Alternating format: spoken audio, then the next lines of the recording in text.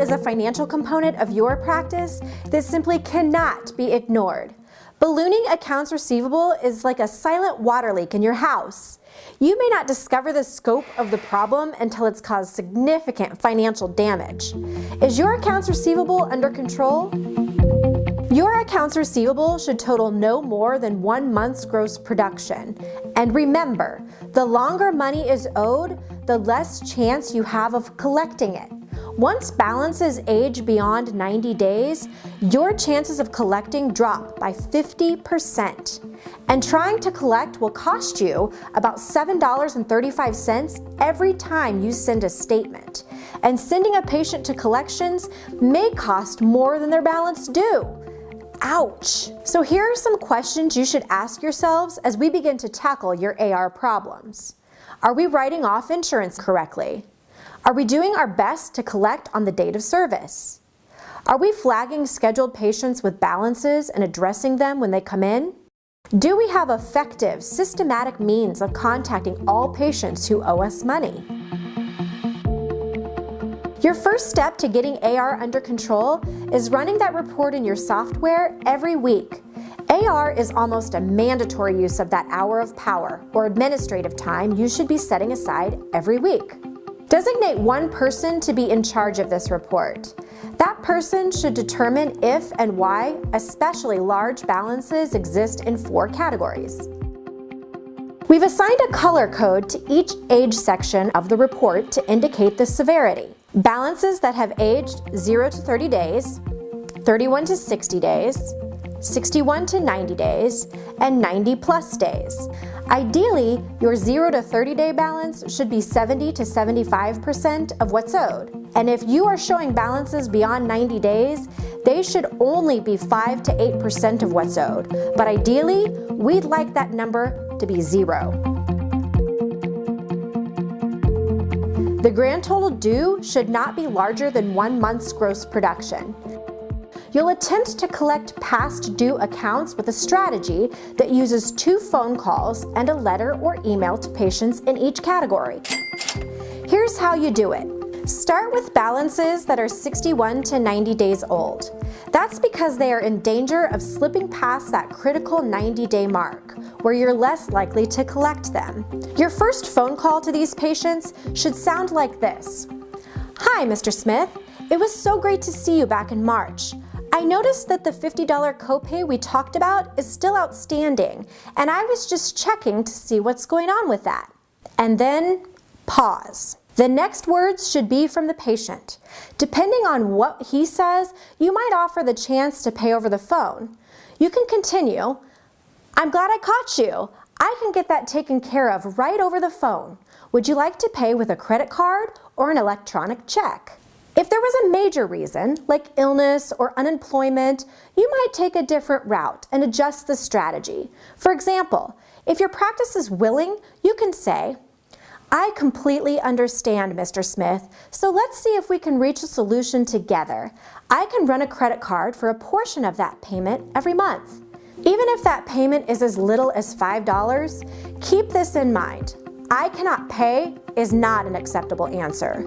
You don't do dentistry for free. Your second call to patients who haven't responded to your first should remain polite but intentional. Hi, Mr. Smith. We still haven't received that $50 copay for your appointment last March. I'd like to see what we can do to keep your account from becoming further past due. For patients who have reached this red zone, you might say, our office policy is to send seriously delinquent accounts to collections. I'd like to help you avoid that. How can I work with you to take care of this today? Then again, pause. Let the patient talk from here. Finally, if you haven't reached a patient after 2 phone calls or voicemail messages, your third strategy is to send a letter or email detailing what you've discussed in the first 2 phone calls. If it's a younger patient, you might use text messaging. The bottom line is this 3-step strategy must convey urgency. Once you've finished reaching out to everyone past due 61 to 90 days, start working accounts aged 31 to 60 days in the yellow zone with the same strategy. And then you'll work the 0 to 30 day portion of your report. This green zone is a little different, as these balances are new. So mainly what you'll want to determine is whether money owed in these accounts is a patient balance or an insurance balance. If it's insurance, that typically takes 4 to 6 weeks to collect on, and we'll handle that part in the outstanding insurance report. What's most important in the 0 to 30-day range is to be sure that patients have already received a statement. And at this point, our phone calls are designed to keep the account from aging further. Hi, Mrs. Jones. It was great to see you on the 14th of last month. I just noticed we haven't received your $50 copay, and I was wondering how you'd like to settle that balance. Again, with the pause. Finally, you'll work accounts that are beyond 90 days due. Remember, your chances of collecting have now dropped by 50%. These patients typically have not responded to phone calls or emails. It's possible they have moved or changed their contact information. If you've spelled out your collections protocols and all attempts to collect from these patients have failed, you can either write off the account and inactivate the patient, or inactivate the patient and send it to collections. Remember, the collections process may cost you more than what the patient owes. The reason it's important to inactivate the account, that patient may call for an appointment in the future, and you'll want your software to reflect that the patient is inactive due to a past due balance. That way, you can say, "Hello, Mrs. Jones. We can certainly schedule that appointment for you. I did notice you have a $50 balance from last May, so let's get that taken care of today over the phone. That way, you won't have to worry about it when you come in." So the compass points for accounts receivable: designate one team member to work the AR report. Try to work this report every week, but no less than twice a month. This is a perfect use of that administrative hour of power.